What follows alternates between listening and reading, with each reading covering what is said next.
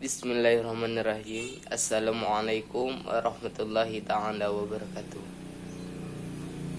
Perkenalkan, nama saya Syamsul Armanda, NIM E2019-2414. Di sini saya akan menanggapi atas video Bapak tentang puncak kemajuan peradaban Islam pada zaman Bani Abbasiyah, di mana pada zaman Bani Abbasiyah tersebut disebut sebagai puncak keemasan Islam, di mana dikarenakan banyak bidang atau faktor yang menyebabkan kejayaan Islam pada zaman itu, mulai dari bidang perekonomian, politik, dan perdagangan dan semacamnya.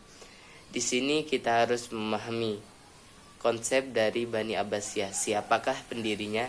Pendirinya adalah Abdullah As-Soffah bin Muhammad bin Ali bin Abdullah bin Abbas, yang lahir pada tahun atau yang memerintah pada tahun 104 Hijriah sampai 136 Hijriah, di mana ia membentuk poros pemerintahan atau membentuk Humaimah Yordania, membentuk poros pemerintahan atau berpusat pada 3 wilayah. Yang pertama adalah Humaimah Yordania sebagai pusat perencanaan, di mana Abdullah bin Abbas As-Soffah ini membentuk kota Yordania sebagai pusat dari perencanaan dari negara Abbasiyah itu sendiri. Yang berikutnya adalah negara Irak, yaitu sebagai kota penghubung, sehingga pusat administrasi antar wilayah dapat bisa optimal atau lebih baik dari dinasti sebelumnya.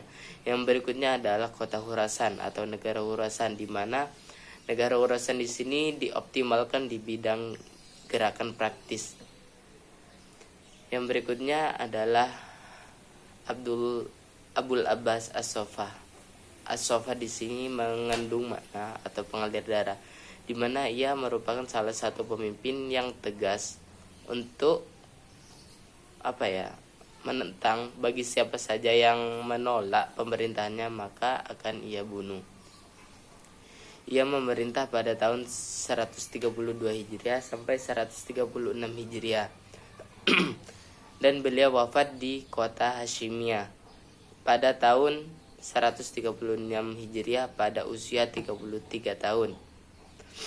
Lalu sebelum ia wafat, ia menunjuk saudaranya yaitu Abu Ja'far Al-Mansur sebagai khalifah kedua atau sebagai penggantinya. Khalifah Abu Ja'far Al-Mansur adalah khalifah yang menjabat pada tahun 136 Hijriah sampai 158 Hijriah. Ia melakukan beberapa rombak terhadap pola pemerintahan dari Bani Abbasiyah tersebut, yaitu dengan 3 kali pemindahan ibu kota kerajaan. Yang pertama adalah ia memindahkan dari ibu kota Damaskus ke kota Hashimiyah. Yang berikutnya adalah dari kota Hashimiyah ia memerintahkan untuk memindahkan ibu kota ke kota Baghdad, karena ia merasa kota Baghdad sebagai kota pusat ilmu dan budaya pada zaman itu. Di dalam pemerintahannya ia banyak melakukan perjuangan, dan salah satunya yaitu dengan membentuk sekretaris atau aparatur negara, hakim dan wazir di dalam pemerintahannya, sehingga di dalam pemerintahannya bisa tersebar dan lebih optimal dibandingkan dengan masa Abu Abbas As-Soffah, di mana yang membedakan dari pemerintahan tersebut adalah jika pada zaman Abul Abbas As-Soffah masih terdapat pergejolakan politik, maka pada zaman Abu Ja'far Al-Mansur kondisi politik pada saat itu lebih terkondisikan atau kondisional. Berikutnya adalah Khalifah Abu Ja'far Ar-Rasyid, di mana beliau dikenal sebagai salah satu khalifah yang paling terkenal di zamannya, yaitu beliau memerintah Bani Abbasiyah pada tahun 170 Hijriah sampai tahun 193 Hijriah. Yang membedakan Khalifah Abu Ja'far Al-Rasyid atau Khalifah Harun Al-Rasyid adalah beliau salah satu khalifah yang paling merakyat. Beliau belusukan, sehingga beliau bisa memahami apa yang sedang terjadi atau yang sedang terjadi di dalam suatu masyarakat.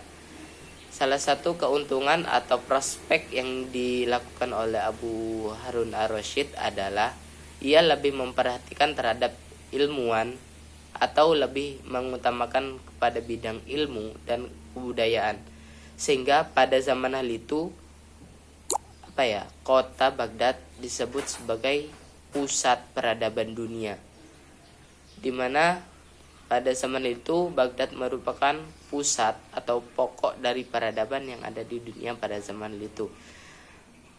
Beberapa prospek kerja yang diterapkan oleh Khalifah Harun ar-Rasyid adalah dengan majunya bidang perekonomian, tertunjangnya kebutuhan sosial, kemasyarakatan, sosial, dan semacamnya.